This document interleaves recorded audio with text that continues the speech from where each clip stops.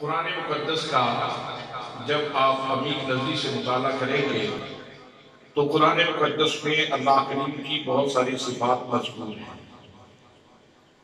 99 اسماء الحسنی تو ایسے ہیں جو قرآن مقدس کو جیسے ہی آپ کھولتے ہیں تو جیسے ہی اس کا گتا سامنے آتا ہے، اندر والا حصہ جب آپ دیکھتے ہیں تو اس کے اوپر اللہ کریم کے اسماء گرامی لکھے ہوئے ہیں، اور اگر آپ ان کا ترجمہ ملاحظہ فرمائیں تو ایک بہت بڑی حقیقت آپ کے اوپر کھل جائے گی۔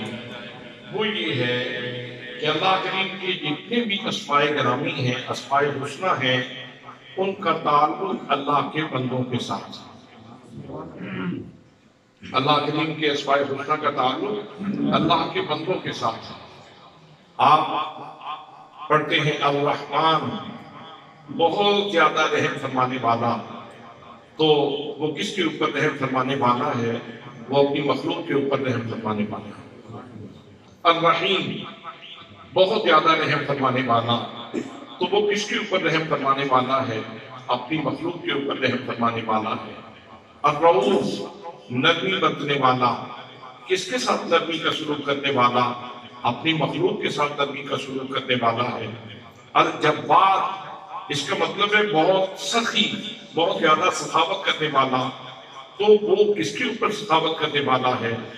اللہ کریم کے اسم گرامی ہے الوہاب، بغیر عوض کے، بغیر قیمت کے بہت زیادہ عطا فرمانے والا، وہ کس کو عطا فرمانے والا ہے؟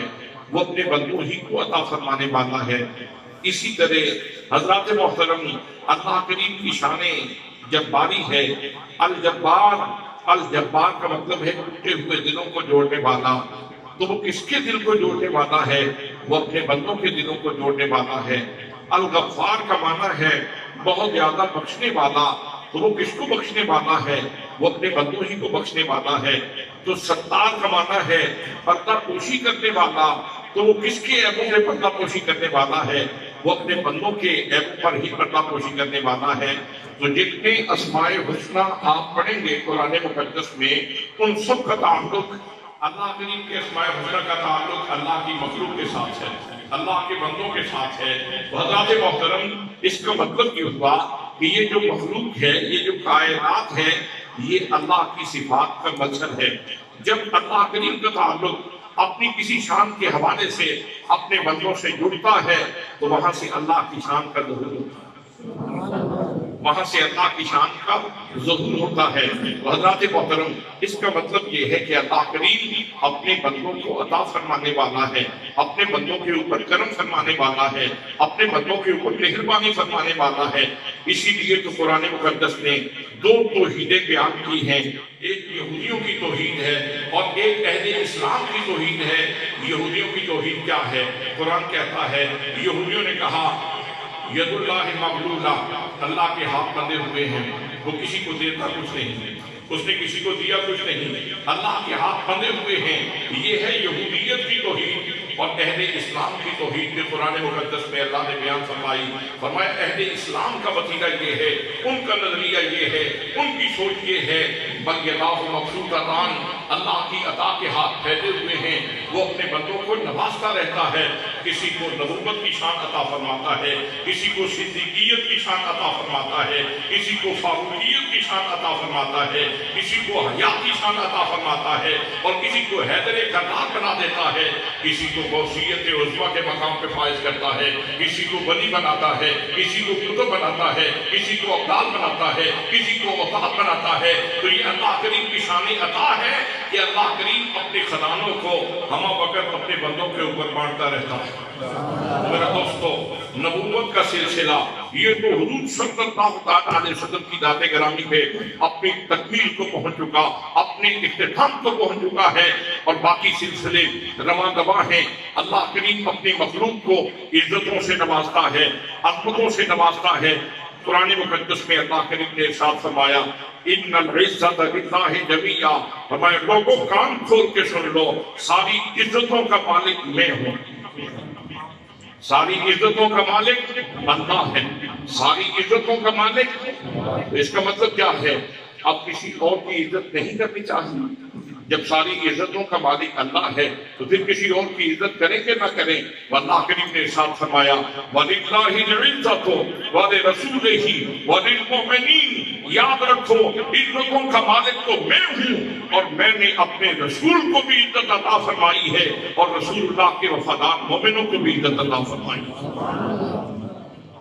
جس کو اللہ کریم عزت عطا فرمائے اس کی عزت کو تسلیم کرنا یہی شریف لوگوں کا کام ہے، یہی دانشمند لوگوں کا کام ہے، یہی سیانے لوگوں کا کام ہے۔ واللہ کریم نے اپنے بندوں کو عزتوں سے کیسے نوازا ہے۔ حضرات محترم آئیے قرآن مقدس آپ کھولیں گے تو آپ کو پتہ چلے گا کہ اللہ کریم نے کیسے کیسے اپنے بندوں کو نوازا ہے۔ حضرت سلیمان علیہ السلام آپ اپنے ماننے والوں میں تشریف فرما ہے اور ادھر سے ملکہ بلقیس وہ حضرت سلیمان علیہ السلام کی بارگاہ میں حاضر ہو رہی ہے اور حضرت سلیمان علیہ السلام اپنے ماننے والوں کے جھرمٹ میں بیٹھ کے ارشاد فرماتے ہیں کہ ملکہ بلقیس آ رہی ہے۔ فرمایا ایھا الملأ ایکم یاتینی بعرشھا، اے میرے سامنے بیٹھنے والی جماعت مجھے یہ بتاؤ کس کے اندر یہ صلاحیت ہے کہ وہ ملکہ بلقیس کا بھاری بھرکم تخت میری بارگاہ میں حاضر کر دے۔ حضرات محترم اب حضرت سلیمان علیہ السلام کے ماننے والوں نے یہ تو نہیں کہا حضرت کہیں شرک نہ ہو جائے، حضرت کہیں بدعت نہ ہو جائے، حضرت کہیں توحید کے اوپر حرف نہ آ جائے، آپ نبی ہو کر ہمیں حکم دے رہے ہیں، آپ دعا کیوں نہیں کرتے، آپ ہاتھ اٹھا دیتے، آپ اللہ کی بارگاہ میں عرض کر دیں کہ یا اللہ مہربانی فرما دے اور تب یہاں پہنچا دے۔ وہ اللہ کریم تو ساری قدرتوں کا مالک ہے، لیکن جناب حضرت سلیمان علیہ السلام ارشاد فرما رہے ہیں۔ اس کا مطلب یہ ہوا کہ مخلوق کو مخلوق سمجھ کے اگر کوئی کسی کام کی طلب اس سے کی جائے تو یہ شرک نہیں ہوتا۔ مخلوق کو مخلوق سمجھ کر اگر کسی کام کی طلب اس سے کی جائے تو شرک نہیں ہوتا۔ اگر شرک ہوتا تو جناب سلیمان علیہ السلام کو اس گروہ کو کہنے کی ضرورت نہیں تھی، ان جنات کو کہنے کی ضرورت نہیں تھی، ان انسانوں کو کہنے کی ضرورت نہیں تھی جو سامنے بیٹھے تھے۔ جناب حضرت سلیمان علیہ السلام اللہ کے پیغمبر تھے، معصوم عن الخطا تھے، ہاتھ اٹھاتے عرض کرتے مالک یہ تخت میری بارگاہ میں پہنچ جائے تاکہ ملکہ بلقیس کے لیے یہ حیرت و استعجاب کا باعث ہو۔ لیکن جناب سلیمان علیہ السلام کے ساتھ فرما رہے ہیں کون ہے جو ملکہ بلقیس کا تخت لے کے آیا؟ تو قرآن نے کہا قال عفریت من الجن، جنات میں سے ایک عفریت بولا اور اس نے کہا انا آتی کا بہی، حضور میں لے کے آتا ہوں، انا آتی کا بہی، میں لے کے آتا ہوں آپ کے پاس۔ کتنی دیر میں؟ عرض کی قبل ان تقوم من مقامک، آپ اپنی مجلس سے نہیں اٹھیں گے، مجلس برخاست نہیں ہوگی، محفل اپنے اختتام کو نہیں پہنچے گی تو تخت آپ کی بارگاہ میں پہنچ جائے گا۔ آپ نے فرمایا نہیں مجھے جلدی چاہیے۔ تو پھر ایک وہ انسان اٹھا جس کے سینے میں علم کا نور تھا، کہیں سبحان اللہ، کہہ دو سبحان اللہ۔ ایک وہ اٹھا جس کے سینے میں علم کا نور تھا، حضرات محترم جس کے سینے میں معرفت کا نور تھا، جس کے سینے میں اللہ کے عرفان کا نور تھا، جس کے سینے میں اللہ کی پہچان کا نور تھا، جس کے سینے میں اللہ کی محبت کا نور تھا، جس کے سینے میں اللہ کی الفت کا نور تھا، وہ اٹھا۔ قرآن کہتا ہے قال الذی انہ علم من الکتاب انا آتی کا بہی، ایک وہ بندہ اٹھا جس کے پاس کتاب کا کچھ علم تھا اور اس نے کہا انا آتی کا بہی، میں تخت لے کے آؤں گا کتنی دیر میں؟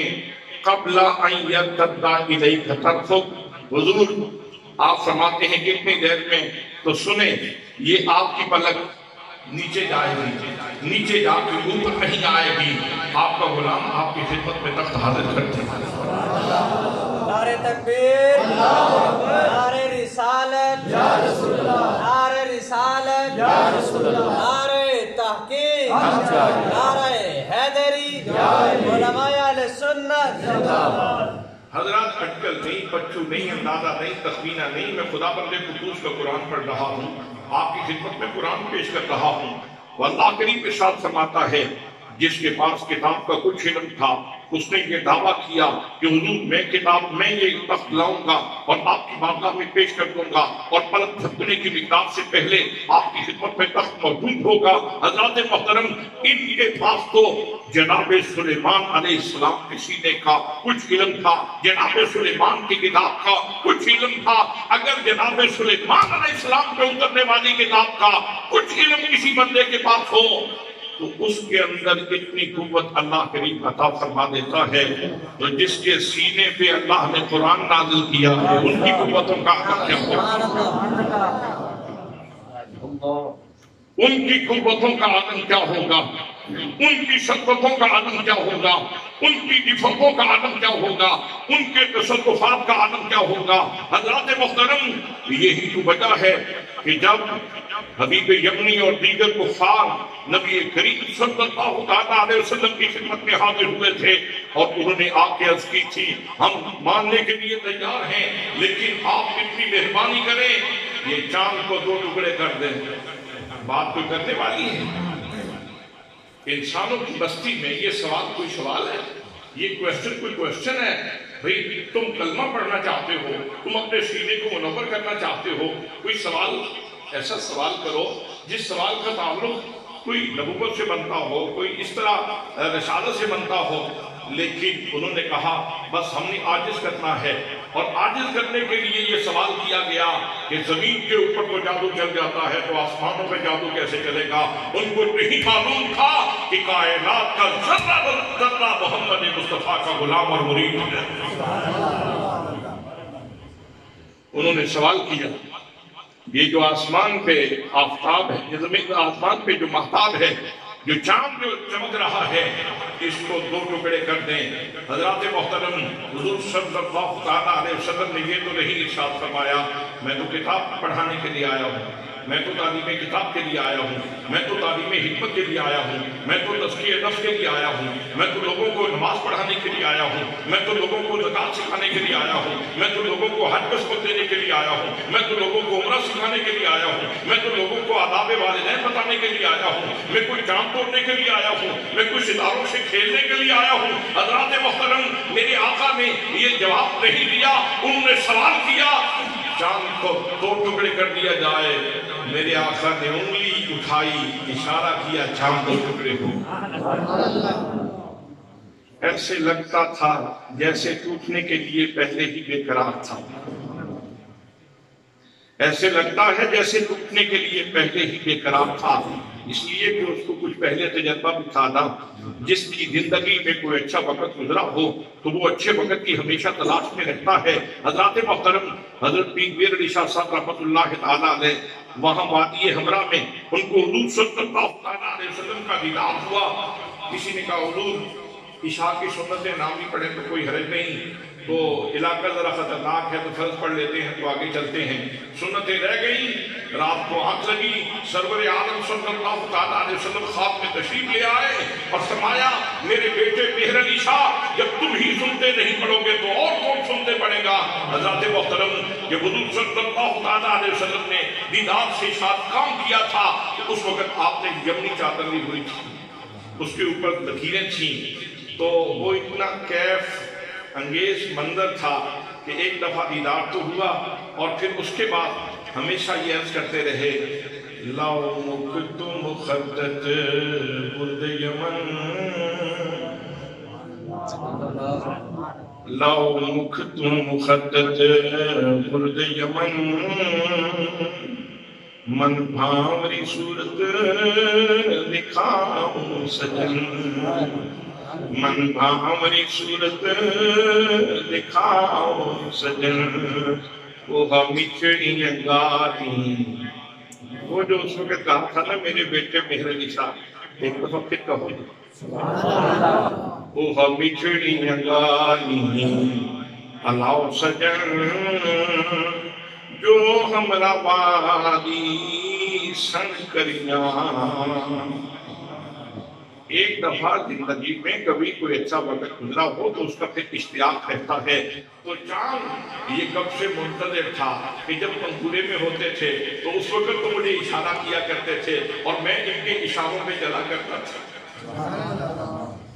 میں ان کے اشاروں پہ چلا کرتا تھا۔ حضرت عباس نے جب کلمہ پڑھ لیا نا، سرور عالم صلی اللہ تعالیٰ علیہ وسلم کا حضور کی بارگاہ میں عرض کرنے لگے، محمد کریم سچی بات بتاؤ، میں تو آپ کی عظمتوں سے اس وقت سے واقف ہوں جب آپ حضرت آمنہ کے گھر میں پنگھورے میں ہوتے تھے، اور پنگھورے میں لیٹے ہوئے جب آپ کو اپنی انگلی ہلاتے تھے تو چاند آپ کی انگلی کے اشارے پہ چلتا تھا، چاند جھک جاتا، جدھر انگلی اٹھاتے باہر میں کیا ہی چلتا تھا، اشاروں ایک کھلونا نور تھا، تو وہ شاید پہلے ہی ٹوٹنے کے لیے تیار تھا کہ کب وہ وقت آئے گا، پھر کبھی توجہ فرمائیں، پھر کبھی اشارہ فرمائیں، پھر کبھی التفات فرمائیں، اور اشارہ کریں تو میں ٹوٹ جاؤں، اپنا جگر چاک کر کے حاضر خدمت ہو جاؤں۔ آج جب میرے آقا کریم صلی اللہ تعالیٰ علیہ وسلم نے انگلی اٹھائی، اشارہ کیا، چاند کی میرات ہو گئی، چاند دو ٹکڑے ہو گیا، اور دو ٹکڑے ہو کے مصطفیٰ کی عظمتوں کی گواہی دے رہا تھا۔ حضرات محترم، ہاتھ ڈال کے توڑا تھا چاند، آپ نے ہاتھ ڈال کے توڑا تھا؟ حضرات اشارہ کیا، اشارہ کسے کہتے ہیں؟ اشارہ کی تعریف کیا ہے؟ اشارہ یہ ایک وہمی لکیر کو اشارہ کہا جاتا ہے، موہومہ لکیر کو، وہمی لکیر کو اشارہ کہا جاتا ہے۔ حضرات محترم، میرے آقا کریم صلی اللہ تعالیٰ علیہ وسلم نے صدا میں یوں اشارہ کیا ہے، یہ وہمی لکیر، موہومہ لکیر، جب آپ نے یہ اشارہ کیا تو اس کے دو ٹکڑے ہو گئے۔ اگر اشارے پہ اتنی طاقت ہے، ہاتھ ڈال دیتے تو پھر کیا بنتا؟ ہاتھ ڈال دیتے تو پھر کیا بنتا؟ وہ عرض کر رہا تھا، جب جس کے سینے میں حضرت سلیمان علیہ السلام کی کتاب کا کچھ علم ہو تو اس کے اندر اتنی صلاحیت موجود ہے، اتنی طاقت موجود ہے، وہ کہتا ہے حضور میں لے کے آؤں گا جناب ملکہ بلقیس کا تخت میں لے کے آؤں گا، اور آپ کی پلک جھپکنے سے پہلے لے کے آؤں گا۔ میں آپ سے پوچھنا چاہتا ہوں، ہاتھ کتنی دیر میں ہلاتے ہیں، پاؤں کتنی دیر میں ہلاتے ہیں، اور آنکھ کتنی دیر میں ہلاتے ہیں؟ بھئی ہاتھ ہلانے پہ بھی دیر لگتی ہے، پاؤں ہلانے پہ بھی دیر لگتی ہے، اور آنکھ کے اشارے میں کتنی دیر لگتی ہے؟ اس کو ذرا مینج کریں، اس کو ذرا میئر کریں، اس کو ذرا ناپے تولیں کہ یہ کتنی دیر لگتی ہے پلک جھپکنے میں۔ اور پھر یہ نہیں کہا کہ میں اپنی پلک جھپکنے سے پہلے لے کے آؤں گا، اس لیے کہ اپنی پلک تو پھر بھی بندہ تھوڑا بہت کنٹرول کر کے تھوڑی دیر نکال لیتا ہے۔ کہا حضور آپ کی پلک جھپکنے سے پہلے، آپ کی پلک جھپکنے سے پہلے، تاکہ دنیا کو پتہ چل جائے یہ فیض تیرے سینے میں ذاتی نہیں ہے، یہ تیری نگاہ کا فیض ہے۔ کاش کوئی قدردان ہوتا تو سبحان اللہ کہتا، کاش کوئی قدردان ملتا تو سبحان اللہ کہتا۔ اس نگاہ کے اشارے میں یہ بات بھی تھی، حضور آپ کی پلک جھپکنے سے پہلے تب لے کے آؤں گا۔ مطلب یہ تھا فیضان ذاتی نہیں ہے، میرے پاس جو کچھ بھی ہے ذاتی نہیں ہے، یہ کسی کی نگاہ کا فیض ہے۔ اقبال قلندر لاہوری نے اسی لیے کہا تھا، تیرے اپنے پاس خبر کے سوا کچھ اور نہیں، اور تیرا علاج نظر کے سوا کچھ اور نہیں، تیرا علاج نظر کے سوا کچھ اور نہیں۔ حضرات محترم، جناب حضرت عاصم بن برقیہ جو بنی اسرائیل کے ولی تھے، انہوں نے دعویٰ کیا، فقط دعویٰ نہیں کیا، حضرت سلیمان علیہ السلام کی بارگاہ میں تخت پیش کر دیا، سلیمان علیہ السلام کی بارگاہ میں تخت پیش کر دیا۔ اب حضرت جناب سلیمان علیہ السلام نے کیا کہا؟ حضرت سلیمان کہتے ہیں، ارشاد فرماتے ہیں، مقولہ قرآن مقدس کے اندر موجود ہے، آپ فرماتے ہیں، ھذا من فضل ربی، ھذا من فضل ربی لیبلونی اشکر ام اکفر، یہ میرے رب کا میرے اوپر فضل ہے، یہ میرے رب کا میرے اوپر فضل ہے، میرا رب مجھے آزمانا چاہتا ہے، میں اس کا شکر کرتا ہوں یا ناشکری کرتا ہوں۔ میں اس کا شکر کرتا ہوں یا کا شکری کرتا ہوں. جناب سلیمان علیہ السلام یہ ارشاد فرما رہے ہیں. میرے دوستوں، میرے بھائیوں، میں آپ سے پوچھنا چاہتا ہوں، تخت کون لے کے آیا تھا؟ تخت کون لے کے آیا تھا جی؟ کون لے کے آیا تھا؟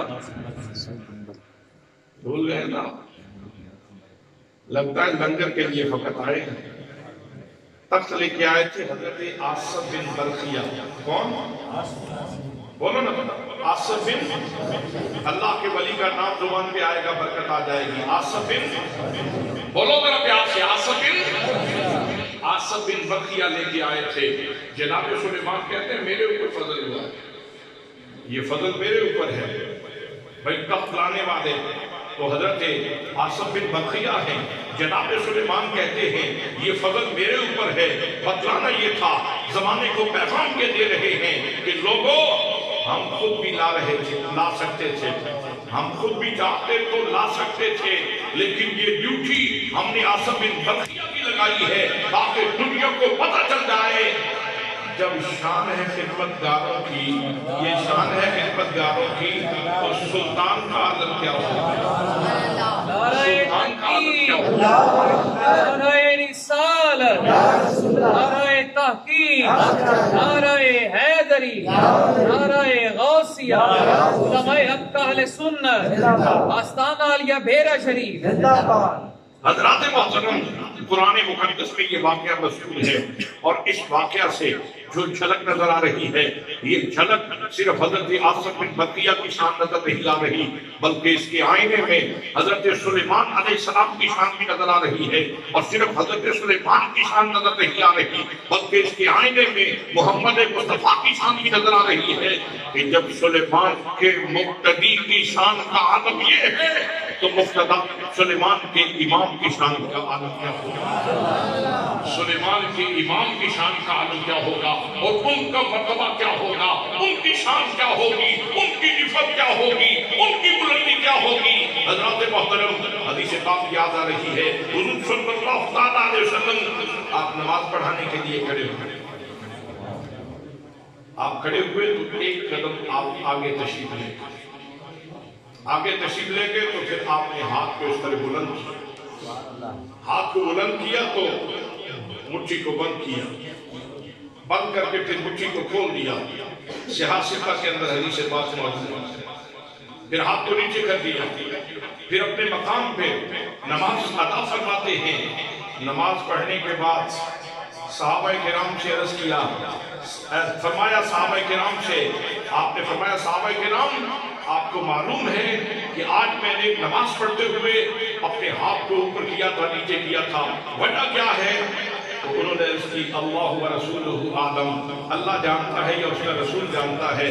تو میرے آقا نے پھر رازہائے پنہا سے پردہ اٹھایا اور ارشاد فرمایا، میں نماز پڑھ رہا تھا اور نماز پڑھتے ہوئے جب میں نے اوپر دیکھا تو میری نظر جنت الفردوس میں پڑ گئی. کھڑے کہاں تھے؟ زمین کے اوپر. نظر کہاں ہے؟ جنت الفردوس میں. اور جنت الفردوس کہاں ہے؟ آسمان اول نیچے ہے، آسمان ثانی نیچے ہے، آسمان ثالث نیچے ہے، آسمان رابع نیچے ہے، آسمان خامس نیچے ہے، آسمان سابع نیچے ہے، آسمان سادس نیچے ہے، آسمان سابع نیچے ہے. 7 آسمانوں سے اوپر جنت ہے، اور جنتوں میں جو سب سے بلند جنت ہے وہ جنت الفردوس ہے. حضرات محترم، حضور صلی اللہ علیہ وسلم آپ فرماتے ہیں نماز پڑھاتے پڑھاتے جب سے میں نے نظر اٹھائی تو میری نظر جنت الفردوس میں پڑ گئی. اس کا مطلب یہ ہے کہ اللہ نے اپنے حبیب صلی اللہ علیہ وسلم کو یہ شان عطا فرمائی ہے، آپ زمین پہ کھڑے ہو کر جنت کو دیکھ سکتے ہیں، جنت کو دیکھ سکتے ہیں. تو وہ نبی جو زمین پہ کھڑے ہو کر جنت کو دیکھ سکتا ہے، وہ نبی گنبد خضرا میں تشریف فرما ہو کر نمتاز کے اپنے غلاموں کو بھی دیکھ سکتا ہے. حضرات محترم فرماتے ہیں میں نے ہاتھ ڈالا، گچھا میں نے توڑنا چاہا کہ میں اپنی امت کو عطا فرماؤں، میں اپنی امت کو عطا فرماؤں. پھر میں نے ہاتھ پیچھے کر دیا کہ اس طرح تو ایمان بالغیب سے پردہ اٹھ جائے گا، اور ساتھ ارشاد فرمایا کہ اے میرے صحابہ کرام، اگر وہ گچھا زمین پہ آ جاتا تم قیامت تک کھاتے رہتے، وہ گچھا ختم نہ ہوتا، تم قیامت تک کھاتے رہتے، وہ گچھا ختم نہ ہوتا۔ حضرات محترم، حضور صلی اللہ علیہ وسلم نے بتا دیا کہ ہم زمین پہ کھڑے ہو کر جنت تک دیکھ بھی سکتے ہیں، اور جنت کے خوشے کو ہاتھ بھی ڈال سکتے ہیں، اور اگر چاہیں تو اس کو زمین پہ بھی لا سکتے ہیں، اور ساتھ ہی یہ بھی فرمایا اگر وہ گچھا زمین پہ آ جاتا میری امت قیامت تک کھاتی رہتی، وہ گچھا ختم نہ ہوتا۔ یہ بات چھوٹی بات نہیں ہے، یہ بات بہت بڑی بات ہے۔ مولانا خرم شہزاد قاضی صاحب یہ اعلان کریں مسجد کے ممبر اوپر والے لاؤڈ سپیکر میں کہ نمتاز والوں ایک خاص اعلان سماعت کر لو۔ آج ہم نے اتنا لنگر تیار کیا ہوا ہے کہ تم سارے بھی کھا لو تو وہ ختم نہیں ہوگا، بلکہ اگر اس کو ڈیٹیل میں کر دوں کہ نمتاز والوں ہم نے اتنا لنگر منگوا دیا ہے کہ ایک ہفتہ بھی تم کھاتے رہو تو وہ لنگر ختم نہیں ہوگا۔ یہ بات چھوٹی بھی ہو سکتی ہے اور یہ بات سچی بھی بولے تو صحیح، سچی بھی ہو سکتی ہے، یہ بات جھوٹی بھی ہو سکتی ہے، اور یہ بات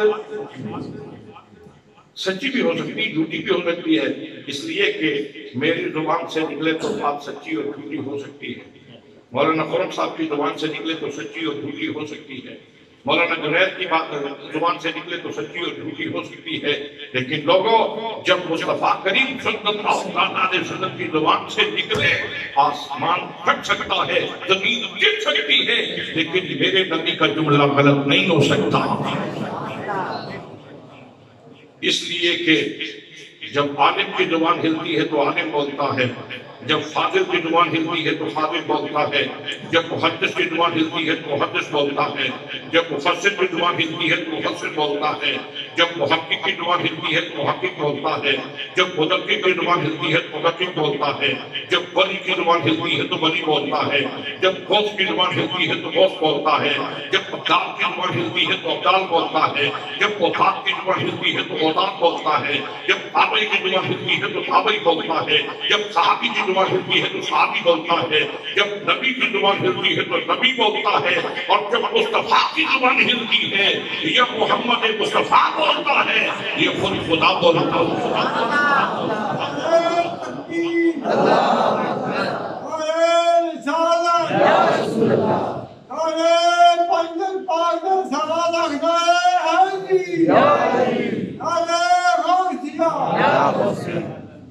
نعرہ تحقیق، نعرہ غوثیہ۔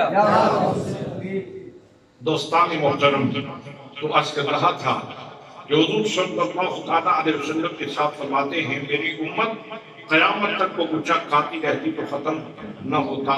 یہ جملہ اب ظاہر ہے آپ کی زبان سے نکلا ہے تو سچا جملہ ہے۔ اب جو میں نے مثال دی، خرم صاحب کی بات سچی تب ہو سکتی ہے جب ان کو پتا ہو کہ نمتاز کے بندے اتنے ہیں، گھر اتنے ہیں، اور گھر کے اندر ہر گھر کے اندر افراد اتنے ہیں، اور ایک ایک فرد آج بدھ ہے، جمعرات صبح کے وقت اس کی طلب کتنی ہوگی، دوپہر کے وقت اس کی طلب کتنی ہوگی، شام کو اس کی طلب کتنی ہوگی، جمعے کو اس کی طلب کتنی ہوگی، صبح کو، دوپہر کو اور شام کو، اور ہفتے کو اس کی طلب کتنی ہوگی، اور اتوار کو اس کی طلب کتنی ہوگی، اور سوموار کو اس کی طلب کتنی ہوگی۔ جب سارے گھروں کی تعداد کا پتہ ہو، افراد کی تعداد کا پتہ ہو، اور ان کی پوری ہفتے کی طلب کا پتہ ہو کہ یہ ہفتے پہ اتنا کھا سکتا ہے، جب یہ سارا اندازہ ہو اور اس کے بعد پھر لنگر تیار کیا جائے اور اتنا تیار کر لیا جائے کہ ہر ایک کے اندازے کے بعد کچھ بچ جانے کا بھی احتمال ہو، 2 دیگے 4 دیگے بچ بھی جائیں، تو پھر ان کو حق بنتا ہے کہ یہ لاؤڈ سپیکر میں اعلان کریں کہ لوگوں ہم نے اتنا لنگر تیار کیا ہوا ہے کہ تم سارے بھی کھا لو تو وہ لنگر ختم نہیں ہوگا۔ حضرات محترم، میرے آقا کریم صلی اللہ علیہ وسلم کے علم کے صدقے جائیے، میرے آقا کریم صلی اللہ علیہ وسلم نے ارشاد فرمایا اگر وہ گچھا زمین پہ آ جاتا تو میری امت قیامت تک کھاتی رہتی، وہ گچھا ختم نہ ہوتا۔ تو اس کا مطلب یہ ہے کہ حضور صلی اللہ علیہ وسلم کو امت کے سارے گھروں کا پتہ ہے، ہر گھر کے اندر کتنے افراد ہیں ان کا پتہ ہے، اور افراد میں پھر ان کی کتنی نسلیں، ان کی کتنی نسلوں کے بعد قیامت آئے گی یہ بھی پتہ ہے، اور ان کی کیپیسٹی کا پتہ ہے، اور ان کی طلب کا پتہ ہے، اور ان کی آرزو کا پتہ ہے، اور ان کی خواہش کا پتہ ہے۔ تبھی جا کے حضور صلی اللہ علیہ وسلم کا یہ فرمان سچا ہو سکتا ہے۔ ابھی تجھے بھوک لگی نہیں تو میرے آقا اتنا عرصہ پہلے تیری بھوک جانتے ہیں، وہ کیا تیرا درود نہیں جانتے؟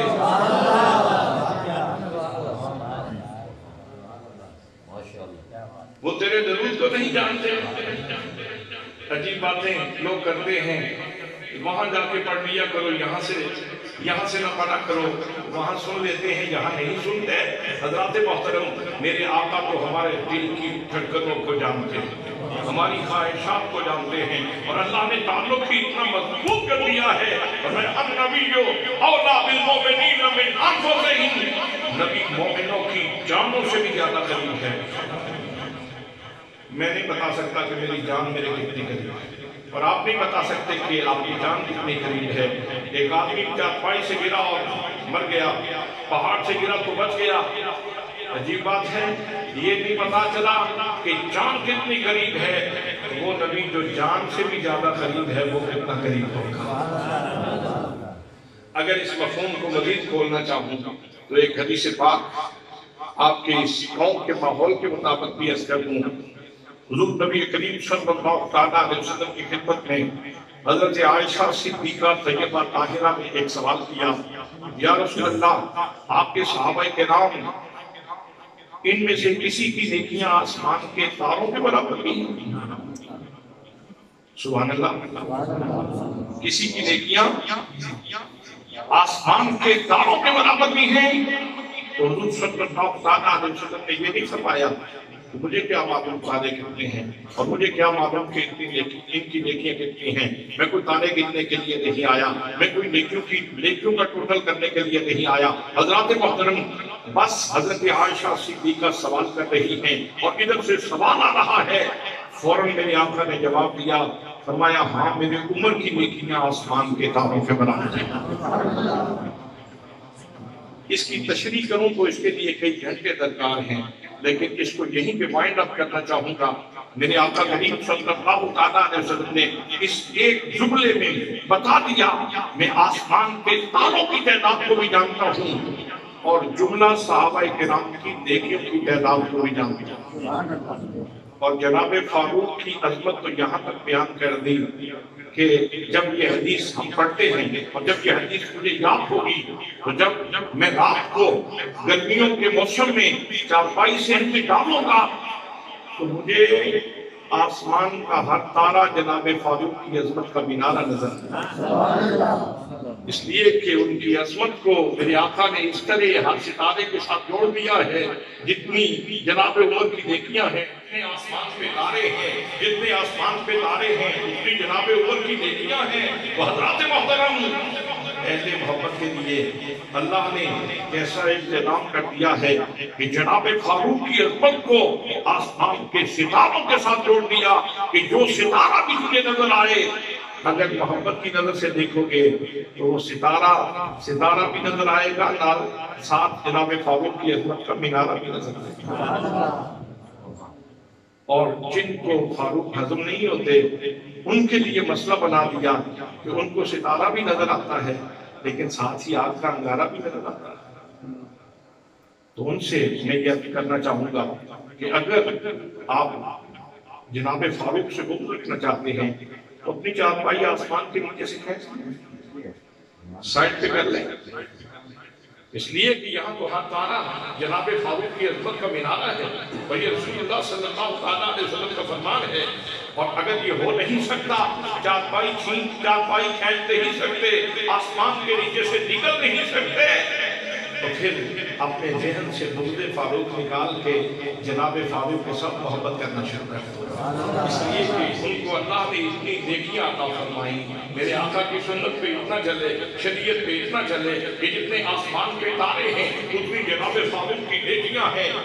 اب حضرت عائشہ صدیقہ نے اگلا سوال کیا، فَأَيْنَ حَسَنَاتُ أَبِي بَکر، جناب ابو بکر کی نیکیاں کدھر گئی؟ تو فرمایا فاروق کی ساری نیکیاں ایک طرف، صدیق کی ایک نیکی ایک طرف۔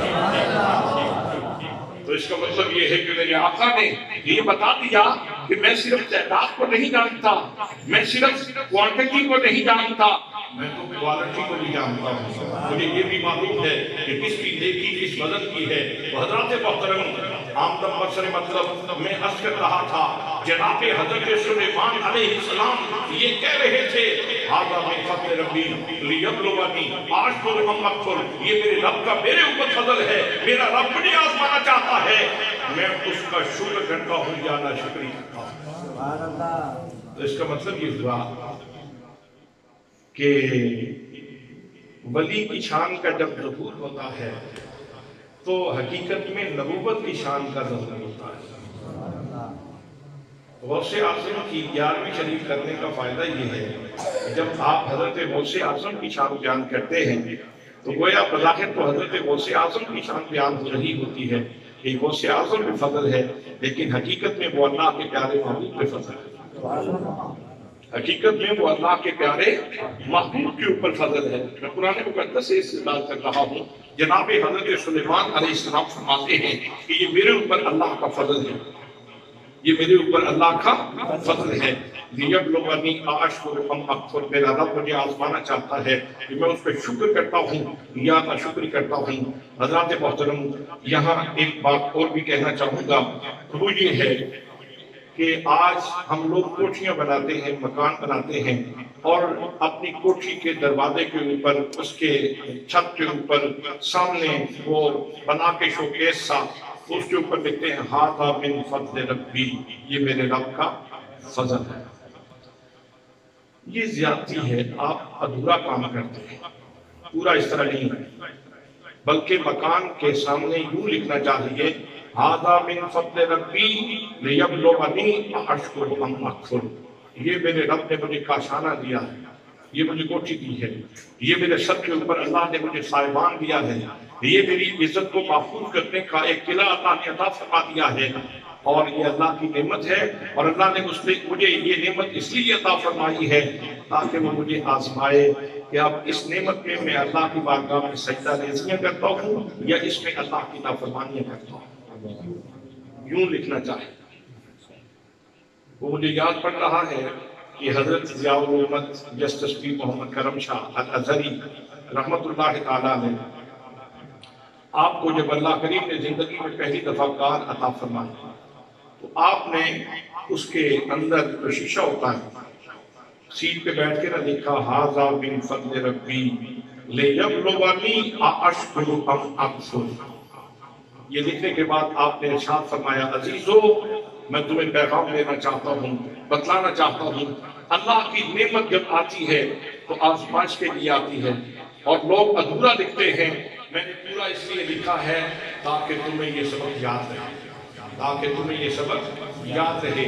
تو حضرات محترم، جناب حضرت عاصم بن بکریہ وہاں سے اٹھے نہیں، حرکت نہیں کی، اور صرف توجہ کی اور تخت موجود تھا، تو جب حضرت عاصم بن بکریہ کی توجہ کے اندر اتنا اثر ہے تو پھر حضرت سلیمان کی توجہ کے اندر کتنا اثر ہوگا، اور اگر جناب سلیمان کی توجہ کے اندر اتنا اثر ہے تو جناب سلیمان کے امام کی توجہ کے اندر کتنا اثر ہوگا۔ حضرات محترم، یہ اللہ کی عنایات ہیں جو اللہ کریم اپنے بندوں کے اوپر فرماتا ہے۔ قرآن کا ایک اور حوالہ سماعت فرمائیں۔ بنی اسرائیل کے کچھ لوگ زمانے کے بادشاہ سے تنگ آ کر نکل پڑے، اللہ کرنے والے لوگ تھے، اللہ سے محبت کرنے والے لوگ تھے، اور حضرات کسی کو بھی اپنا دوست وہ بڑا پیارا ہوتا، اور اللہ کریم بھی اپنے دوستوں سے بڑی محبت فرماتا ہے۔ وہ اللہ کے بندے نکلے تو ان کے پیچھے ایک کتا چل پڑا، تو اللہ کے بندوں نے کہا کہ تم واپس لوٹ جاؤ، کتے کا کام بھونکنا ہوتا ہے، تو ہم تو بادشاہ سے بھاگ کے جا رہے ہیں، تو تم واپس چلے جاؤ۔ تو کتے نے اللہ کی بارگاہ میں عرض کی، مولا مجھے زبان دے تاکہ میں تیرے بندوں سے بات کر سکوں۔ تو اس نے اپنی زبان میں بات کی جس کا ترجمہ کسی پنجابی شاعر نے کیا، اور کتے نے کہا نہ میں بھونکاں نہ میں ٹونکاں نہ میں شور بچاواں، ولیاں دے سنگ رل کے متے میں بھی بخشیا جاواں، نیکاں دے نال لگ کے متے میں بھی بخشیا جاواں۔ کتے نے کہا میں بھونکوں گا نہیں، میں ٹونکوں گا نہیں، میں عقیدت مند بن کے تمہارے پیچھے چلوں گا۔ حضرات محترم، کتا ناپاک ہوتا ہے، اس میں کس کو شک ہے کہ کتا ناپاک ہوتا ہے، لیکن اللہ نے یہ داستان قرآن مقدس کے اندر بیان فرمائی کہ کتا ان کے پیچھے چل پڑا، اور ساتھ کو غار میں اصحاب کہف کو غار میں چلے گئے، اور کتا ان کی چوکھٹ پہ بیٹھا تھا۔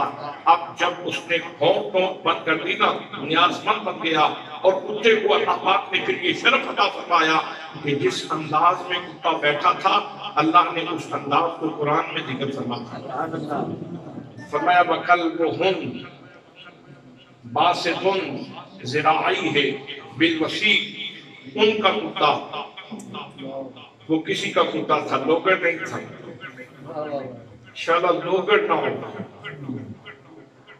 وَكَلْبُهُمْ، وہ ان کا کتا تھا، بَاسِطٌ ذِرَاعَيْهِ بِالْوَسِيطِ، وہ اپنے بازو پھیلائے غار کے دھانے پہ بیٹھا تھا۔ حضرات اب یہ آیت جتنی دفعہ بھی آپ پڑھیں گے آپ کو نیکیاں ملیں گی کہ نہیں؟ تذکرہ تو کتے کا ہے، ذکر تو کتے کا ہے، جس کا مطلب یہ ہوا کہ اللہ والوں کے کتے کا ذکر بھی انسان کی قسمت سنوار دیتا ہے، انسان کی قسمت سنوار دیتا ہے۔ اللہ نے قرآن کی زینت بنا دیا کتے کا ذکر، اس کے بیٹھنے کا ذکر جو ہے وہ اللہ کریم نے قرآن مقدس میں کر دیا۔ اب وہ اصحاب کہف غار میں سو گئے۔ حضرات وہ 309 سال تک آرام فرما رہے ہیں۔ کتنے سال تک؟ 309 سال تک آرام فرما رہے ہیں۔ تو اب اللہ کریم نے سورج کو ارشاد فرمایا میرے بندے آرام کر رہے ہیں، تو اس لیے جب تم طلوع ہوتے ہو تو ذرا دائیں طرف سے ہو کے گزرا کرو، اور جب تم غروب ہوتے ہو تو ذرا بائیں طرف سے ہو کے گزرا کرو، تاکہ میرے بندوں کے اوپر دھوپ نہ آئے۔ اس کا ترجمہ اگر پنجابی میں کروں تو بات آپ کو جلدی سمجھ آ جائے گی۔ ہم کسی مخالف کو کہہ دیتے ہیں یار تو جڑی دھوپ چاڑنی ہے چاڑ،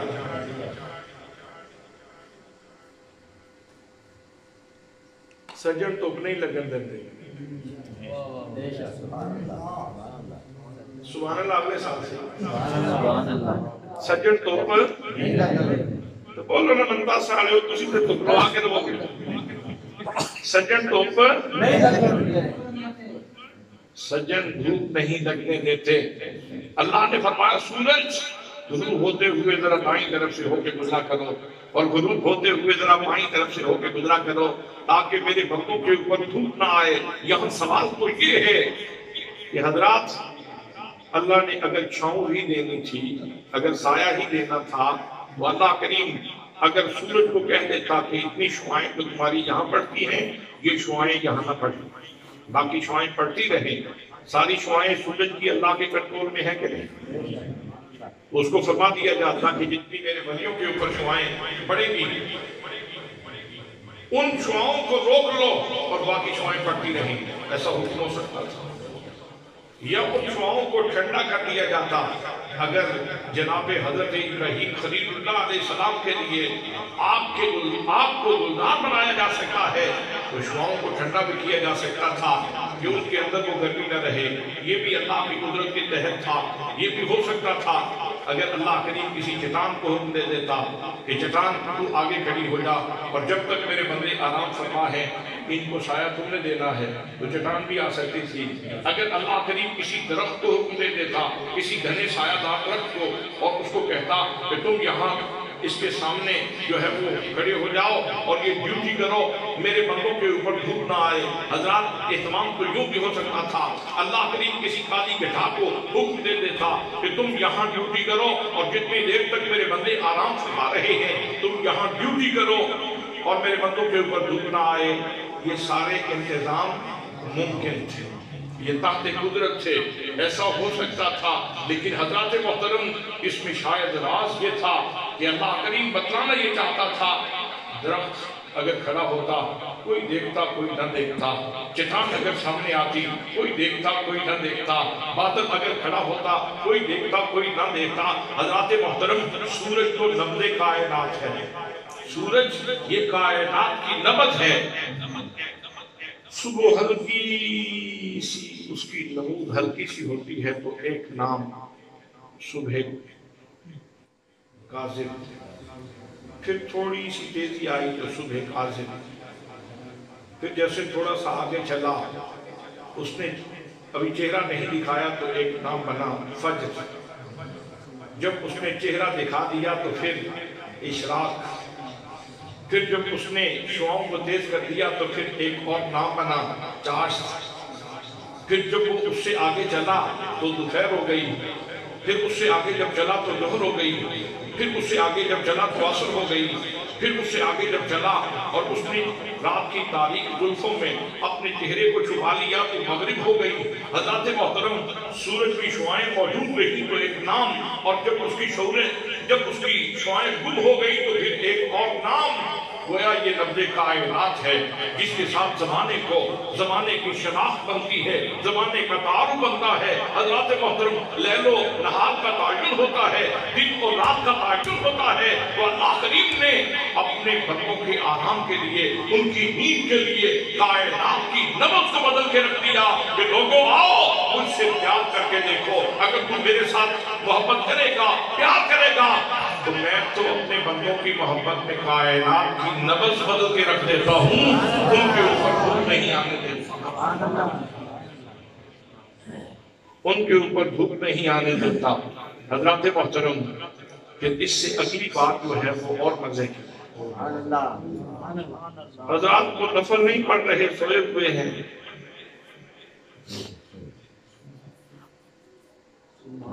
وہ نفل نہیں پڑھ رہے وہ سوئے ہوئے ہیں، وہ تہجد نہیں پڑھ رہے وہ سوئے ہوئے ہیں، وہ نماز ظہر ادا نہیں کر رہے وہ سوئے ہوئے ہیں، وہ اشراق چاش کے نوافل نہیں ادا کر رہے وہ سوئے ہوئے ہیں۔ حضرات محترم جب اللہ کی نظر میں ان کی نیند اتنی اہم ہے، ان کی عبادت کتنی اہم ہوگی۔ جب اللہ کی نظر میں ان کی نیند کی یہ ویلیو ہے، نیند کی اتنی اہمیت ہے، تو اللہ کی نظر میں ان کی عبادت کی اہمیت کیا ہوگی، عبادت کی اہمیت کتنی ہوگی۔ اور پھر ارشاد فرمایا کہ جب وہ سوئے ہوئے تھے تو ظاہر ہے جب اتنا عرصہ وہ سوئے رہے، 309 سال تک سوئے رہے، تو اللہ فرماتا ہے وَنُقَلِّبُهُمْ ذَاتَ الْيَمِينِ وَذَاتَ الشِّمَالِ۔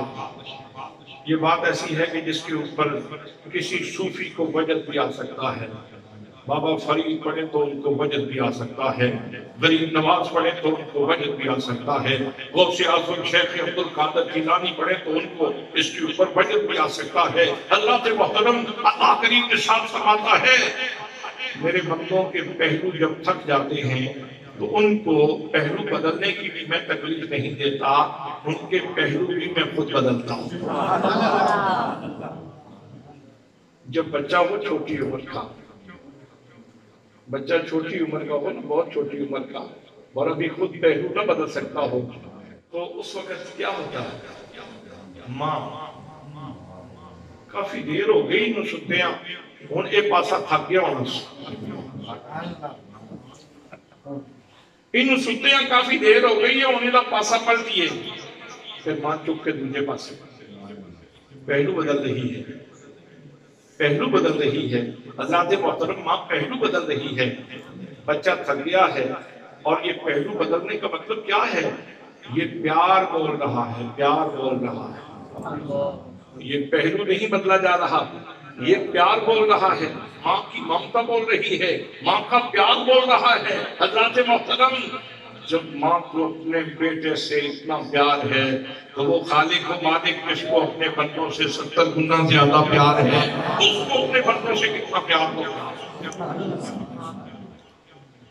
اسی لیے تو جب والدین کے لیے دعا کرنے کے لیے حکم ہوا تو ارشاد فرمایا رب ارحمہما کما ربیانی صغیرا، اے میرے پروردگار، اے میرے پروردگار، ان کے اوپر ویسے ہی رحم فرما جس طرح انہوں نے میری چھوٹی عمر میں میرے اوپر رحم کیا۔ والدین کے سینے میں تو ہر عمر کے لیے تیار ہوتا ہے۔ بیٹا جس عمر میں بھی ہو، بوڑھا بھی ہو جائے، یہ جو بزرگ ہم یہ تشریف فرما ہے سامنے، 2 بابے 3 بابے، اگر ان کی والدہ ہوتی تو ان سے پوچھا جاتا کہ تمہارے بیٹے کا کیا حال ہے، تو وہ کہتی میرا بچہ ٹھیک ہے، اس کو بھی بچہ ہی نظر ہے۔ تو ماں کی ممتا تو ہر دور میں پیار کا ایک مرکب ہوتی ہے۔ تو قرآن مقدس میں کہا جا رہا ہے کہ جب اپنے والدین کے لیے دعا کرتے ہو تو دعا یوں کرو پروردگار ان دونوں کے اوپر ویسے ہی رحم فرما جیسے انہوں نے چھوٹی عمر میں میرے اوپر رحم کیا تھا۔ وہ چھوٹی عمر میں رحم کیسے ہوتا ہے؟ آج دسمبر کا مہینہ ہے اور سردی ہے اور آپ سب لوگوں نے چادریں لی ہوئی ہیں اور میں نے بھی کوٹ پہنا ہوا ہے، سردی لگتی ہے، تو رات کو جو چھوٹا بچہ ہے 3 ماہ کا 4 ماہ کا بچہ جب رات کو پیشاب کر دیتا ہے ان سردیوں کی یک بستہ راتوں میں، جب ہر طرف سے ہم رضائی کھینچ کھینچ کے اپنے اوپر لاتے ہیں کہ کہیں سردی نہ لگ جائے، تو ماں کی کیفیت کیا ہے؟ بیٹے نے پیشاب کر دیا تو ماں اس نے پہلو بدلا، بیٹے کو اٹھا کے اپنی جگہ پہ لٹا دیا اور پھر اس کے پیشاب والے بستر کے اوپر خود لیٹ گئی۔ اب ظاہر ہے سردیوں میں اتنی جلدی تو خشکی نہیں آتی، اتنی جلدی تو چادر خشک نہیں ہوتی، کلائی اتنی جلدی خشک تو نہیں ہوتی، گدا اتنی جلدی خشک تو نہیں ہوتا۔ حضرات محترم، ماں وہ خوبصورت رشتہ ہے کہ ماں ساری رات پیشاب کے اوپر، گندگی کے اوپر، جس سے بو آ رہی تھی، بدبو آ رہی تھی، اس کے اوپر لیٹی رہی اور سردی برداشت کرتی رہی، اور جب بستہ رات میں پھر رضائی اٹھا کے کمبل اٹھا کر کے دیکھے کہ کسی طرف سے بیٹے کو ہوا تو نہیں لگ رہی، کہیں ٹھنڈ نہ لگ رہی ہو، کہیں بیٹے کو نمونیا نہ ہو جائے۔ حضرات محترم، اللہ فرماتا ہے اس وقت کو یاد کر اور میرے دربار میں جب ان 2 ہستیوں کے لیے دعا کرتے ہو ان کے لیے تو یوں دعا کیا کرو یا اللہ ان دونوں کے اوپر ویسے ہی کرم فرما جیسے چھوٹی عمر میں یہ میرے اوپر مہربانی فرماتے ہیں۔ سبحان سبحان اللہ سبحان اللہ سبحان اللہ سبحان اللہ سبحان اللہ سبحان اللہ۔ حضرات میں عرض کر رہا تھا اللہ کریم ارشاد فرماتا ہے اپنے بندوں کے بارے میں وَنُقَلِّبُهُمْ ذَاتَ الْيَمِينِ وَذَاتَ الشِّمَالِ، ہم ان کے پہلو بدلتے ہیں۔ واقعہ ہو چکا تھا، صدیاں پہلے یہ واقعہ ہو چکا، اب قرآن میں ذکر کرنے کا کیا مطلب؟ صدیاں پہلے واقعہ ہو چکا، اب مجھے بتانے کی کیا ضرورت ہے؟ بھئی اللہ کریم نے، میں اگر اپنی تقریر میں کوئی واقعہ خام خواہ سنانا شروع کر دوں تو آپ کہیں گے مولانا نے ہمارا وقت ضائع کیا، آپ میرے بارے میں یہ رشوت کر سکتے ہیں، مولانا فروغ صاحب کے بارے میں بھی یہ رشوت کر سکتے ہیں، لیکن اللہ کریم جب بیان فرمائے تو اللہ کا فرمان حکمت سے خالی نہیں، اللہ کا فرمان حکمت سے خالی، اللہ کا فرمان حکمت سے خالی نہیں ہے۔ تو صدیوں پہلے یہ واقعہ گزر چکا تھا، ہو چکا، اب اس کو قرآن کی دینت بنانے کی کیا ضرورت ہے؟ اور قرآن مقدس ہے کیا؟ اس کا تعارف کیا ہے؟ میں الف لام میم ذالک الکتاب لا ریب فیہ، یہ وہ بلند رتبہ کتاب ہے کہ جس میں شک کی جگہ ہی نہیں، اور یہ متقین کے لیے ہدایت کا سامان اپنے اندر رکھتی ہے۔ تو اس کا مطلب یہ ہے کہ اس قرآن کے اندر ہدایت موجود ہے، اور وہ ہدایت یہ ہے کہ تم مجھ سے پیار کر کے دیکھ تو صحیح، پھر دیکھ میں تجھے کیسے عزت کا تاج عطا فرماتا ہوں، پھر دیکھ میں تجھے کیسے نوازتا ہوں، پھر دیکھ میں تیرے اوپر اپنے کرم کی برکت کیسے برساتا ہوں، پھر دیکھ میں تیرے نعرے کیسے لگواتا ہوں۔ حضرات محترم، یہاں سبق یہ ہے کہ میرے بندو میرے وفادار بن جاؤ، میری بارگاہ میں جھکنے والے بن جاؤ، اپنی زمینوں کو میری بارگاہ کے سجدوں سے آباد کرو، اپنے تاریک دلوں کو میرے ذکر کی شمع جلا کے روشن کرو، میری بارگاہ میں جھکنے کی کوشش کرو۔ تم جتنے جھکتے چلے جاؤ کہ میں تمہیں اتنا بلند کرتا چلا جاؤں گا، میں تمہیں اتنا بلند کرتا چلا جاؤں گا۔ حضرات محترم، سجدہ ہم کس کے لیے کرتے ہیں؟ اللہ کے لیے۔ نماز ساری ہی اللہ کے لیے پڑھتے ہیں، قیام بھی عبادت ہے۔ کون ہے بول رہا؟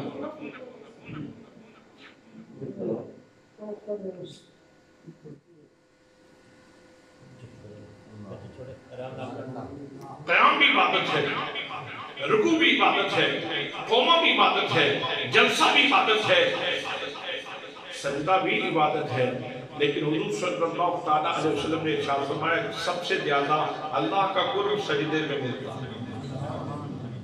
قرآن مقدس کی آیت بھی ہے، پڑھنے لگا ہوں سجدہ سب کے اوپر، سجدہ تلاوت لازم ہو جائے گا، اور ہم وہ گستاخ نافرمان نہیں ہیں کہ سجدے سے بھاگیں، ہم اس کو نعمت سمجھیں گے اور سجدہ کریں گے۔ اللہ نے فرمایا واسجد واقترب، سجدہ کر اور میرے قریب ہو جا۔ اور حسین کریم نے اس سجدے کی گیت کو میدان کربلا میں اپنی معراج پہ پہنچا دیا۔ میدان کربلا میں اس سجدے کی ریت کو اپنی معراج پہ پہنچا دیا۔ حضرات محترم، انسان جب سجدہ کرتا ہے تو اللہ کے قریب ہو جاتا ہے۔ وجہ کیا ہے؟ وجہ یہ ہے کہ انسان کے پورے جسم میں جو سب سے عزت والی جگہ ہے وہ ناک اور ماتھا، یہ عزت والی جگہ ہے۔ کتنے کام آپ اس لیے کرتے ہیں، نک نہیں رہتا، بیٹے دا ولیمہ 5000 بندے نال نہ کرا تو میرا نک نہیں رہتا۔ حضرات، ناک اور ماتھا یہ انسان کے پورے حجولے میں یہ عزت والی جگہ ہے، اور جب انسان سجدہ کرتا ہے تو عملاً پریکٹیکلی وہ یہ کہہ رہا ہوتا ہے والد میں نے اپنی عزت تیرے نام پہ خال کر دی، میں نے اپنی عزت تیرے لیے قربان کر دی۔ اور جب بندہ اپنی عزت اس کے نام پہ قربان کر دیتا ہے تو پھر اللہ کریم اس بندے کی عزت کے جھنڈے لگا دیتا ہے۔ مجھے ایک بڑی پیار والی بات یاد آ رہی ہے، نماز پڑھتے ہیں تو نماز میں اللہ اکبر اللہ اکبر اللہ اکبر بار بار کیوں کہتے ہیں؟ اللہ سب سے بڑا ہے، اللہ سب سے بڑا ہے، اللہ سب سے بڑا ہے۔ تو اس کا مطلب یہ ہے کہ اللہ سب سے بڑا ہے، میں کچھ نہیں، میری کیا حیثیت؟ اپنی ذات کی نفی کرنا ہوتی ہے نماز میں، اور ہم پوری کی پوری نماز پڑھ جاتے ہیں، سینہ پھر بھی حسد سے بھرا رہتا ہے، بغض سے سینہ پھر بھی بھرا رہتا ہے، اور کسی مخالف کے ساتھ کھڑے ہو کے نماز پڑھنا گوارا نہیں ہوتا۔ حضرات محترم، یہ سینے سے بغض نکالنے کی ضرورت ہے، حسد نکالنے کی ضرورت ہے، دشمنیاں نکالنے کی ضرورت ہے۔ جب اللہ کی بارگاہ میں آتے ہو تو ایک ہی سب میں کھڑے ہو گئے، محمود و ایاز، نہ کوئی بندہ رہا نہ کوئی بندہ نواز، اللہ کی بارگاہ میں آ کے کھڑے ہو گئے اور بار بار یہ اعلان کرتے ہیں اللہ اکبر اللہ سب سے بڑا ہے، میں کچھ نہیں، میری کیا حیثیت ہے، میں تو کچھ نہیں۔ تو مجھے یاد آ رہا ہے کہ جو اپنے آپ کی نفی کرتا ہے نا اس کو اللہ پاک عزت دیتا ہے۔ جس شخص نے دھرتی سے لپٹ کر نہیں دیکھا، عظمت نے کبھی اس کو پلٹ کر نہیں دیکھا۔ شاہپور میں ایک بابا شادہ فقیر رہتا تھا، یہ شاہپور شادہ فقیر رہتا تھا وہاں، تو اس کا معمول یہ تھا کہ قربانی سے پہلے وہ بکری کا بچہ لیتا، لیلا جسے کہتے ہیں، وہ لیلا لیتا اور اس کو اٹھا کے پھرتا رہتا، اور اپنے ہاتھ سے جہاں کہیں گھاس آ جاتا وہ اس کو اتار کے اپنے ہاتھ سے گھاس توڑ کے اس کو کھلاتا، اور پھر جب وہ لیلا گھاس کھاتا تو یہ اس کا ماتھا چوم کے کہتا واہ میرے یار دیا لے لیا۔ اللہ اکبر اللہ اکبر اللہ اکبر، لیلے کو اٹھا کے فقیر پھر رہا ہے۔ کیا سمجھتے ہو اس نے لیلا اٹھایا ہوا تھا؟ نہیں بھائیو، اس نے مالک کے پیار کی گٹھلی اٹھائی، اس نے مالک کے پیار کی گٹھلی اٹھائی۔ انہیں مالک دے پیار دی پنڈ چاہیے سی یارو، مالک دے پیار دی پنڈ چاہیے سی، مالک دے پیار دی پنڈ وہ اٹھا کے پھرتا رہتا، اسی طرح جہاں کہیں اس کو گھاس کھلاتا، پھر اس کو چومتا اور کہتا باؤ میرے یاد دے دے۔ حضرات سال گزر جاتا، پھر قربانی کا دن آتا، اس کو ذبح کرتا، ذبح کر کے اس کے حصے کرتا، حصے کر کے پھر اپنے ہاتھ پہ اٹھاتا اور پھر غرباء و مساکین کو تلاش کر کے ان کے گھر میں گوشت دے کے کہتا شادے دی کوئی نہیں نکال کہ مالک دا تحفہ نے قبول کر لیا۔ اللہ اکبر، اللہ اکبر، اللہ اکبر۔ آج ہم تو جس کے ہاتھ میں گوشت بھیجتے ہیں تو ساتھ بھیجتے ہیں، انہوں کہنا فلانے بلوایا ہے، پہلے اپنا آپ بتاتے ہیں، اپنا تعارف پہلے بتاتے ہیں اور پھر اگلی بات ہوتی ہے۔ لیکن جو اللہ والے ہیں ان کا وسیلہ کیا ہے، ان کا شیوا کیا ہے؟ شادہ فقیر خود اٹھا کے وہ لے کے جا رہا ہے اور گوشت دے کے کہتا ہے اے مالک کا تحفہ نے شادے دی کوئی نہیں نکالے۔ پھر عید کا دن گزر گیا اور شادے نے پھر ایک اور لیلا لے لیا، پھر وہ سالہ سال اس کو اٹھا کے پھرتا رہتا ہے اور اس کو چومتا رہتا اور کہتا رہتا واؤ میرے یار دیا لے لیا، واؤ میرے یار دیا لے لیا۔ کئی سال شادے نے یہ ریاضت کی اور پھر وہ وقت آیا کہ شادے کی نفی ہو گئی، منہ تو قبلان تموت ہو گیا، مرنے سے پہلے مت جاؤ، یہ ہو گیا، شادے کی نفی ہو گئی۔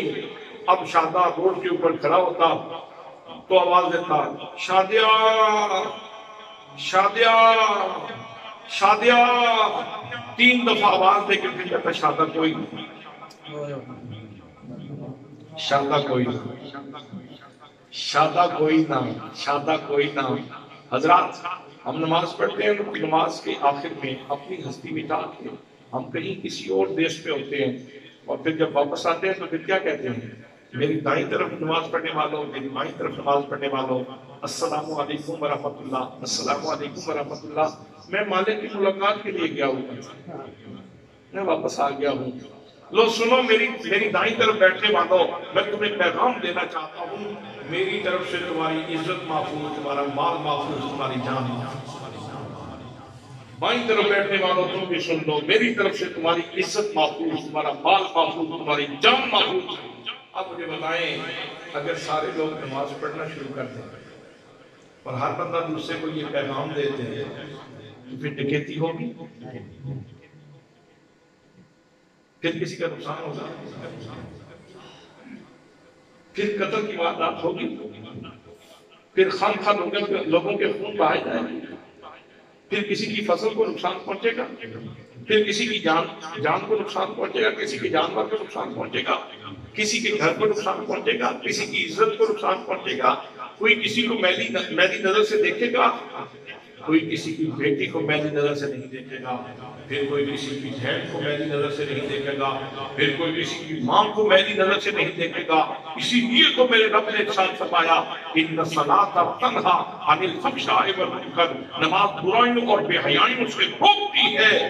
جب تم نماز پڑھو گے اور نماز کا فیضان تمہیں نصیب ہوگا تو یہ ساری غلاظتیں تیری زندگی سے نکل جائیں گی، یہ ساری غلاظتیں تیری زندگی سے نکل جائیں گی۔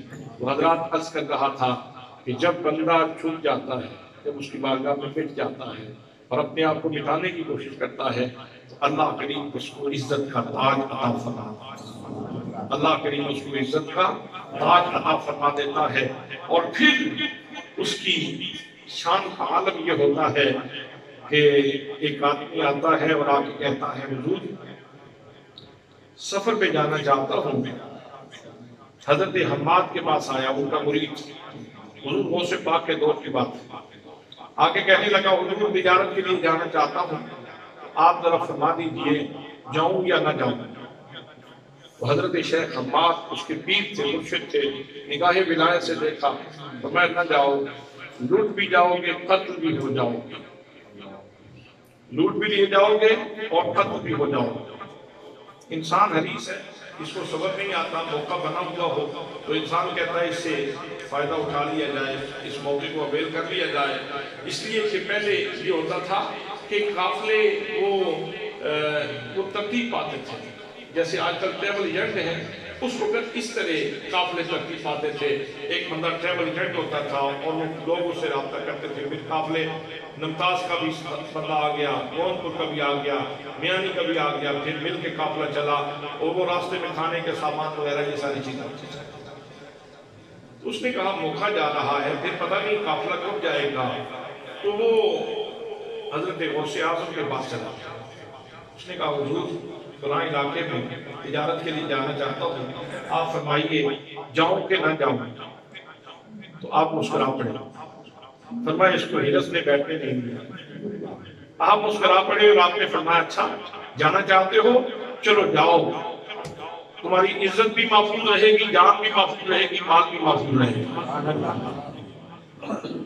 جان و مال کی حفاظت سے واپس لوٹو گے, نفع کے ساتھ واپس لوٹو گے. اب جب غوث اعظم نے یہ ارشاد فرما دیا تو چلا گیا قافلے کے ساتھ. واپس آیا, نفع ہوا. مرید تھا شیخ حماد کا, اب نذرانہ لیا اور وہ اپنے شیخ کے پاس, اپنے پیر کے پاس آ کے کہنے لگا حضور یہ نذرانہ قبول فرمائیے, میں گیا تھا اللہ نے یہ نفع عطا فرمایا. تو آپ نے فرمایا یہ مجھے نہ دو, یہ غوث اعظم شیخ عبد القادر جیلانی کی خدمت میں جا کے پیش کرو. تمہاری قسمت میں تو یہ تھا کہ تم لٹ جاتے اور قتل ہو جاتے. جب تمہاری ہرس کو دیکھا تو حضرت غوث اعظم نے تیرا معاملہ خواب میں بدل دیا. اب بتاؤ کوئی خواب راستے میں آیا تھا؟ اس نے کہا جی ہاں, فلاں بستی میں جب میں تھا اس شہر میں جہاں ہمارا مرکز تجارت تھا, تو وہاں مجھے خواب آیا کہ میں خواب میں دیکھتا ہوں کہ بہت بڑا لشکر آ گیا اور انہوں نے میرے اوپر حملہ کر دیا, میرا مال بھی لوٹ لیا اور مجھے بھی قتل کر دیا. تو اب مجھے پسینے چھوٹے ہوئے تھے تو میری آنکھ کھلی تو میں نے شکر کیا کہ مالک شکر ہے یہ خواب کا معاملہ تھا, یہ حاضر کا معاملہ نہیں تھا, یہ جاگنے کا معاملہ نہیں تھا. تو آپ نے فرمایا وہ جو تجھے خواب آیا ہے اصل میں تیری تکلیف تو وہ تھی, وہ تیری تقدیر تھی, لیکن تھی تقدیر معلق اور غوث پاک کی نگاہ سے وہ تقدیر بدل گئی. حضرات محترم, بنی اسرائیل کا ولی نگاہ کریں تو تخت ایک جگہ سے دوسری جگہ پہ آ جاتا ہے, اور محمد عربی صلی اللہ علیہ وسلم کی امت کا ولی نگاہ کرے تو قسمتیں بدل کے رکھ دیتا ہے, تقدیریں بدل کے رکھ دیتا ہے. تو آخر میں پھر وہی بات کہوں گا کہ جتنے اسماء حسنہ ہیں ان کو پڑھیں تو ہر اس میں پاک جو ہے وہ دعوت دے رہا ہے کہ اللہ جبار بھی ہے. تیرا دل ٹوٹا ہوا ہے تو رب کی بارگاہ میں تک آ جا, دل جڑ جائے گا. اللہ غفار ہے, تو گناہوں سے آلودہ دامن پہ پریشان ہے, اپنے رب کی طرف آ جا, تیرے گناہ معاف ہو جائیں گے. تو زمانے کی تلخیوں سے پریشان ہے تو تو اپنے رب کی طرف بارگاہ کی طرف آ جا. الرحمن الرحیم وہ رحم فرمانے والا ہے, وہ تجھے اپنی جناب کی جگہ دے دے گا اور تیرے اوپر گرم ہو جائے گا. وہ کریم ہے, رحیم ہے. حضرات محترم, اللہ کے جتنے اسماء حسنہ ہیں وہ سارے کے سارے اللہ کی عطا کے دروازے, اللہ کی عطا کے یہ دو جملوں میں میرے ساتھ دیں اور میں آپ کو تقریر جو ہے وہ اختتام تک پہنچا دوں کہ اللہ کے جتنے اسماء حسنہ ہیں وہ سارے کے سارے اللہ کی عطا کے دروازے ہیں. لیکن جو اس میں ہے نا اللہ کا ذاتی نام اللہ اللہ اللہ اللہ اللہ اللہ اللہ اللہ اللہ اللہ